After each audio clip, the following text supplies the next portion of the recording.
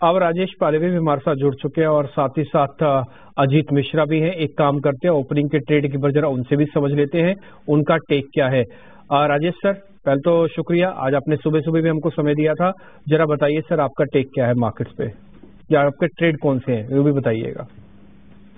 बिल्कुल जी, देखिए अभी तक के सेटअप के हिसाब से तो 25,500 जो कि एक सपोर्ट एरिया था उसको होल्ड आउट किया निफ्टी ने और वहां से थोड़ा पुल बैक भी बना है।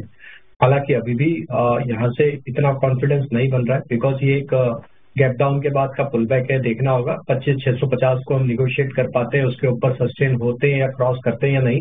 अदरवाइज वहां पे हमें लगता है वापस से थोड़ा सा सप्लाई प्रेशर बनते हुए दिखेगा।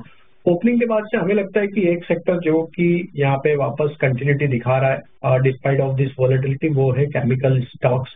और आई थिंक केमिकल स्टॉक्स में से हमें लगता है दीपक नाइट्राइट ये स्टॉक पे फोकस किया जा सकता है। यहाँ पे एक बेस बना के स्टॉक में जिस तरीके की रिकवरी का ट्रेंड बनते हुए दिखा है, हमें लगता है केमिकल स्पेस में दीपक नाइट्राइट, SRF, नवीन फ्लोराइन, ये सारे स्टॉक्स में मोमेंटम है। दीपक नाइट्राइट हमें यहाँ पे पसंद आ रहा है और हमें लगता है कि अगर मार्केट 25,500 को होल्ड आउट करते हैं और थोड़ा स्टेबल होते हुए दिखते हैं तो ये स्टॉक में अगर हम कैश के लेवल की बात करें तो 3,040, 3,060 की तरफ ये स्टॉक बढ़ सकता है।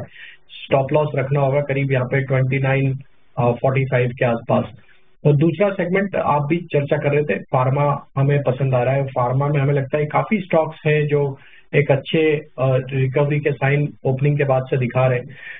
उसमें हमें लगता है कि यहाँ पे लुपिन और सन फार्मा, ये दो स्टॉक्स पे फोकस रखा जा सकता है। लुपिन में हमें लगता है 2240, 2250 की अपसाइड आते हुए दिख सकती है। स्टॉप लॉस होना चाहिए करीब 2160 के आसपास।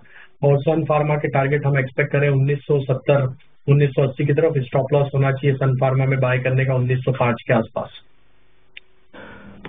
आप बहुत अच्छे ट्रेड आपने बताए सर। ज्यादातर शेयर्स पे हमने स्टैंपिंग भी कर दी है और आप इसमें भी डिफेंसिव की उम्मीद करें।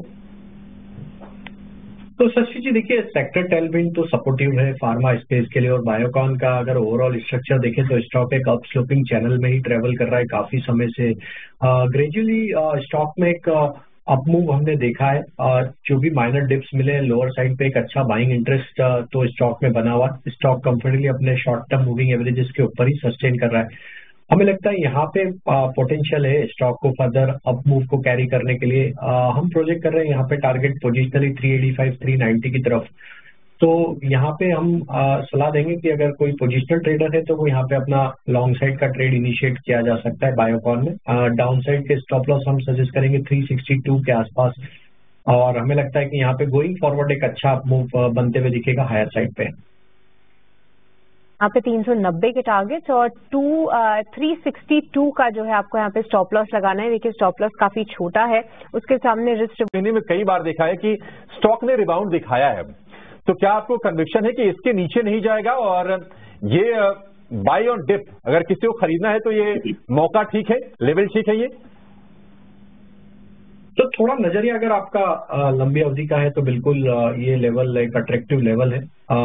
स्टॉक एक अपने महत्वपूर्ण सपोर्ट के आसपास ही ट्रेड करते हुए दिख रहा है। स्टॉक में ऑलरेडी एक करेक्शन हमने देखा है, 3200 से ये स्टॉक करेक्ट होके अब 2880, 90 के आसपास ट्रेड कर रहा है। तो एक सब्सटेंशियल करेक्शन जो कि एक निवेशक को चाहिए होता है किसी भी अच्छे क्वालिटी स्टॉक्स में, वो ऑलरेडी यहाँ पे हो चुका है।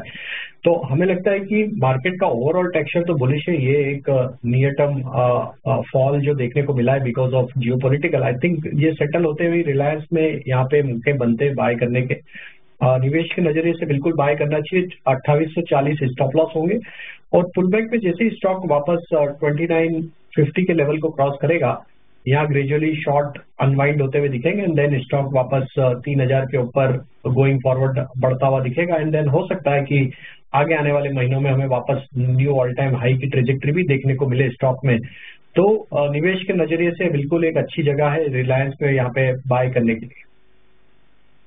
2840 के स्टॉप लॉस और 3000 के टारगेट के लिए आपको इसमें रिलायंस के शेयर में खरीदारी करनी है। इस बीच आप देखिए आपकी स्क्रीन पर स्टील सेक्रेटरी यानी कि स्टील कर रहा है 52 वीक ऑल टाइम हाई पे ये स्टॉक अब आ गया है। और जिस तरीके का ब्रेकआउट एक कंसोलिडेशन का देखने को मिला है ये स्टॉक में, हमें लगता है यहाँ पे फर्दर और तेजी भी एक्सटेंड होते हुए दिख सकती है। जिस तरीके के ब्रेकआउट हुए यहाँ पे हमें लगता है नेक्स्ट टारगेट 660 670 की तरफ भी आते हुए दिख सकता है। हालांकि इंट्राडे पॉइंट ऑफ व्यू से देखें तो स्टॉक में एक बड़ी तेजी ऑलरेडी हो चुकी है, तो अगर ड्यूरिंग द डे आपको छोटा मोटा डिप मिलता है टुवर्ड्स 610 605 की तरफ तो वापस अपॉर्चुनिटी होगी ये स्टॉक को बाय करने के लिए। डाउन साइड में आपके स्टॉप लॉस 595 के आसपास होने चाहिए और जब तक ये लेवल बने हुए हमें लगता है 595 के ऊपर जब तक ये सस्टेन करेगा इसके टारगेट पोटेंशियल टारगेट 660 670 की तरफ भी आते हुए दिख सकते हैं। ठीक है, आईटीडी सीमेंटेशन को लेकर 670 तक के टारगेट्स आपके लिए आ सकते हैं। एक जरा व्यू आपसे चाहिए अजीत, वो है संवर्धन मदरसन पर। इसको लेकर थोड़े से सवाल है, देखना होगा कि आगे क्या होता है, लेकिन क्या करना चाहिए?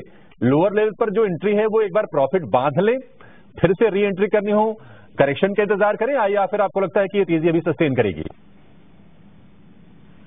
तो देखिए अभिषेक जी, बीएससी का जो ओवरऑल स्ट्रक्चर है वो तो बुलिश ही है और स्टॉक में series of high top higher bottom formation है, ऑलमोस्ट अपने ऑल टाइम हाई ट्रेजेक्ट्री के पास ही ट्रेड कर रहा है।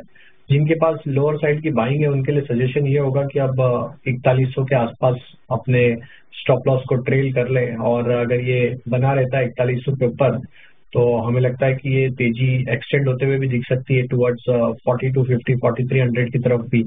तो 4100 के स्टॉप लॉस से पोजीशन होल्ड रखें, अगर वो लेवल टूटते हैं 4100 के तो थोड़ा पार्शियल प्रॉफिट बुक करने की वहां पे आप एक्शन ले सकते हैं। इस पॉइंट का इस समय वापस से नुकसान है निफ्टी पर। सृष्टि, जब आप उसके बारे में बता रहे थे शानदार रिकवरी, तब हमने एक पॉइंट और भी आपके सामने ये बात रखी भी थी कि भाई आप धीरे धीरे करके या तो अपने प्रॉफिट्स को थोड़ा सा बुक करो या तो अपने ट्रेलिंग स्टॉप लॉस लगाओ। देखो होता क्या है, जब भी कोई मार्केट के अंदर पोजीशन आती है और पोजीशन आने के बाद वो सेटलमेंट की तरफ भी बढ़ती है। तो ये एक पॉइंट है जो कि थोड़ा नोटिस करने वाला मेरे को लग रहा था कि आपका आज बहुत बहुत शुक्रिया अदा करेंगे आज कार्यक्रम में जुड़ने के लिए, क्योंकि विश्व मोहन भी अब हमारे साथ जुड़ रहे हैं। अजीत सर, आपका भी बहुत बहुत शुक्रिया, थैंक यू वेरी मच, आज आपने समय हमारे लिए निकाला। विश्व मोहन को अपने साथ कनेक्ट कर लेते हैं।